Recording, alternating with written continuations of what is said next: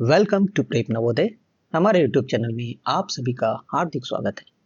प्यारे बच्चों, आज से हम शुरू कर रहे हैं एक नई series whole numbers, that is पूर्ण संख्याएं। यह सीरीज उन सभी बच्चों के लिए बनाई गई है जो 2026 की जवाहर नवोदय की परीक्षा में सफल होना चाहते हैं। इस वीडियो में बहुत ही आसान भाषा में होल नंबर्स यानी पूर्ण संख्या के बेसिक कॉन्सेप्ट्स को समझाने की कोशिश की गई है। बेसिक कॉन्सेप्ट्स को समझने के बाद हम लोग ढेर सारे प्रश्नों की प्रैक्टिस करेंगे ताकि आपका कॉन्सेप्ट बिल्कुल क्लियर हो जाए। तो आइए शुरू करते हैं आज की वीडियो को। प्यारे बच्चों, आज की वीडियो में हम लोग सीखेंगे पूर्ण संख्याएं यानी होल नंबर्स क्या होती हैं, संबरक नियम यानी क्लोजर लॉ, क्रम विनिमय नियम यानी कॉम्यूटेटिव लॉ, साहचर्य नियम दैट इज एसोसिएटिव लॉ, बंटन नियम दैट इज डिस्ट्रीब्यूटिव लॉ। हम लोगों ने नेचुरल नंबर्स दैट इज प्राकृतिक संख्याओं के बारे में पढ़ा था। ये क्या होती है? ये होती है काउंटिंग नंबर्स, जैसे कि 1 2 3 4 5 6 एंड सो ऑन। इस सेट में अगर हम जीरो को भी डाल दें तो ये जो नया सेट बन रहा है इसको बोलते हैं पूर्ण संख्या या whole numbers, right. It means जितने भी नेचुरल नंबर्स हैं, प्राकृतिक संख्याएं हैं, वे सारी पूर्ण संख्या भी हैं। जीरो एक ऐसा पूर्ण संख्या है जो प्राकृतिक संख्या नहीं है, जो नेचुरल नंबर नहीं। अगर पूर्ण संख्याओं यानी होल नंबर्स की काउंटिंग की जाए तो इनकी संख्याएं अनंत होती हैं, इनफाइनाइट होती हैं। सबसे पहला लॉ जो हम लोग चेक करेंगे वो है क्लोजर लॉ या संबरक नियम। अब जो चार बेसिक ऑपरेशंस होते हैं, अगर हम दो होल नंबर्स को लेते हैं वो क्या हो सकते हैं? एडिशन हो सकता है, सब्ट्रैक्शन हो सकता है, मल्टीप्लिकेशन हो सकता है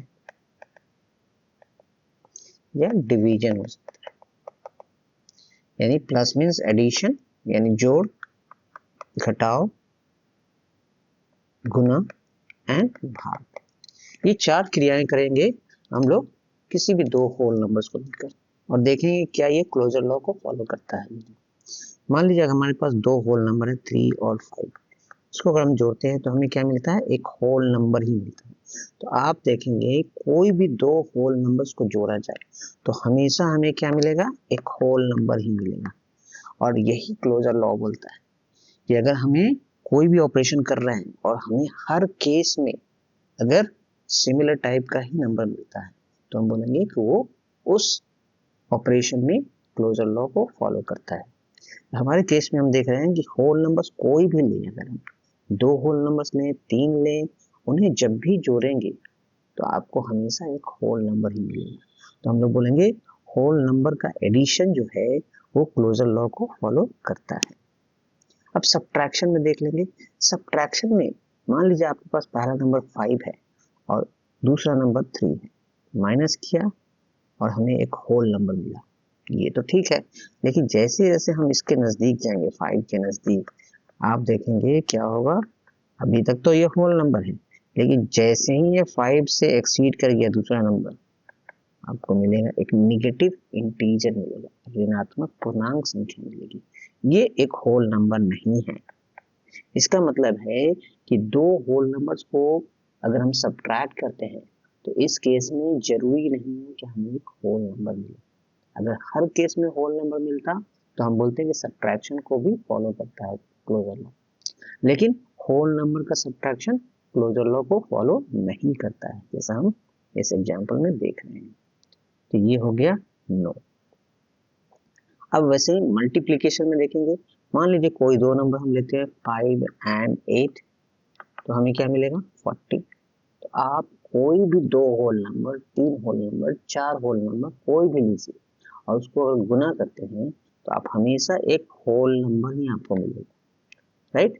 यानी होल नंबर्स का मल्टीप्लिकेशन जो है वो क्लोजर लॉ को फॉलो करता है। ये भी हो गया। अब रहा डिवीजन यानी भाग। अगर मान लीजिए 8 में अगर हम भाग लगाते हैं 4 से तब तो ये होल नंबर मिलता है। 8 में अगर हम भाग लगाते हैं 2 से तो भी हमको एक होल नंबर मिलता है। लेकिन अगर हम 8 में भाग लगाएं 5 से 3 से तो आपको होल नंबर नहीं मिलेगा, आपको एक मिश्रित भिन्न मिलेगा। राइट, इसका मतलब है कि डिवीजन यानी भाग के केस में हर बार जरूरी नहीं है कि हमें एक होल नंबर मिले। अगर होल नंबर मिलता हर केस में तब हम बोलते हैं कि क्लोजर लॉ फॉलो होता है, लेकिन हर केस में होल नंबर नहीं मिल रहा है तो हम लोग बोलेंगे कि होल नंबर्स का डिवीजन क्लोजर लॉ को फॉलो नहीं करता है। राइट, अगला जो लॉ है वो है कॉम्यूटेटिव लॉ या क्रम विनिमय नियम। इस नियम में भी हम लोग 4 बेसिक ऑपरेशंस करेंगे होल नंबर्स के साथ। एडिशन यानी जोड़, सब्ट्रैक्शन यानी घटाव, मल्टीप्लिकेशन यानी गुना एंड डिवीजन यानी भाग। और हम देखेंगे कि क्या होल नंबर्स को ऐड करना है, सब्ट्रैक्ट करना, मल्टीप्लाई करना या डिवीजन करना, क्या इसमें ऑर्डर इंपॉर्टेंट है। अब ऑर्डर का मतलब क्या हुआ, जैसे अगर आप 3 नंबर ले रहे हैं 3, 5 एंड 9, इसको जोड़ना, या अगर हम पहले ले ले 5 फिर 3 ले फिर 9 ले, या पहले ले ले 9 फिर ले ले 3 फिर ले ले 5, क्या तीनों केस में आपका एडिशन सेम आएगा? क्योंकि हमने ऑर्डर चेंज किया, पहले कभी 3 ले लिया, कभी 5 ले लिया, कभी 9 ले लिया, क्या एडिशन सेम आएगा? तो आपका आंसर होगा yes, always it will be same. और क्या रिजल्ट आएगा, 9 + 5 14 + 3 17 होगा, चाहे आप किसी भी ऑर्डर में जोड़े। यानी होल नंबर्स का एडिशन जो है कॉम्यूटेटिव लॉ को फॉलो करता है। सब्ट्रैक्शन, मान लीजिए 2 नंबर लेते हैं, आपने लिया 18 और माइनस किया 5 को, तो आपका आंसर होगा 13। क्या अगर हम 5 पहले ले लें और उसमें से सब्ट्रैक्ट करें 18, क्या ऑर्डर चेंज करने पे सेम रिजल्ट आएगा? तो आपका आंसर होगा नहीं, सेम रिजल्ट नहीं आ रहा। यानी होल नंबर का सब्ट्रैक्शन जो है कॉम्यूटेटिव लॉ को फॉलो नहीं करता है। मल्टीप्लिकेशन में देखेंगे, क्या अगर हम 2 या 3 नंबर लेते हैं, मान लीजिए 2 और 5 लिया तो 10 आया। क्या 5 और 2 पर 5 पहले ले लेंगे तो क्या 5 × 2 भी 10 आएगा? आप बोलेंगे यस, बिल्कुल आएगा। यानी मल्टीप्लिकेशन में भी ऑर्डर इंपॉर्टेंट नहीं है, आप 2 × 5 करें या 5 × 2 करें, दोनों का आंसर सेम आएगा। तो हम लोग क्या बोलेंगे कि होल नंबर का मल्टीप्लिकेशन कॉम्यूटेटिव लॉ को फॉलो करता है। डिवीजन में देखेंगे, मान लीजिए आपने 2 नंबर लिया 10 एंड 5, तो आंसर क्या आएगा, 2 आएगा। अब अगर 5 पहले ले ले, 5 को डिवाइड कर दे 10 से, तो क्या आंसर सेम आएगा? तो आंसर होगा नहीं, ऐसा सेम नहीं आएगा। या तो 1/2 बोले या इसको 0.5 बोल सकते हैं। तो आंसर सेम नहीं आया, इसका मतलब होल नंबर का डिवीजन कॉम्यूटेटिव लॉ को फॉलो नहीं करता है। राइट, अगला जो लॉ है वो है एसोसिएटिव लॉ या साहचर्य नियम। अब इसमें क्या है, इसमें है कि अगर हम 3 नंबर ए, बी और सी ले रहे हैं तो क्या इनका ग्रुप बनाकर ऐड करना, कैसा भी ग्रुप बनाए, ए प्लस बी को पहले एक ग्रुप बना लिया फिर सी को ऐड कर लिया, या फिर ए को बाद में जोड़ा बी प्लस सी का एक ग्रुप बनाकर, क्या ये दोनों सेम होगा? तो बिल्कुल सेम होगा, associative law of addition follow होता है। इसका हम लोग कैसे यूज करते हैं, मान लीजिए हमारे पास बहुत सारे नंबर है, 2 है, 7 है, 8 है, 5 है, 3 है, 1 है, 5 है, 9 है मान लीजिए। तो हम लोग क्या कर सकते हैं, हम लोग कोई भी दो का ग्रुप बना सकते हैं, दो का या 3 का बना सकते हैं ग्रुप। 7 और 3 का बना लिया, 5 और 5 का बना लिया, और 1 और 9 का बना लिया। क्यों बनाया हमने? देखो 2 + 8 10 होता है, 7 + 3 भी 10 होता है, 1 + 9 भी 10 होता है, और 5 + 5 भी 10 होता है। तो इसका आंसर क्या हो जाएगा, 40। राइट, यानी हम कैसा भी ग्रुप बनाकर एक दूसरे को ऐड करेंगे, हमारे एडिशन में कोई फर्क नहीं आएगा।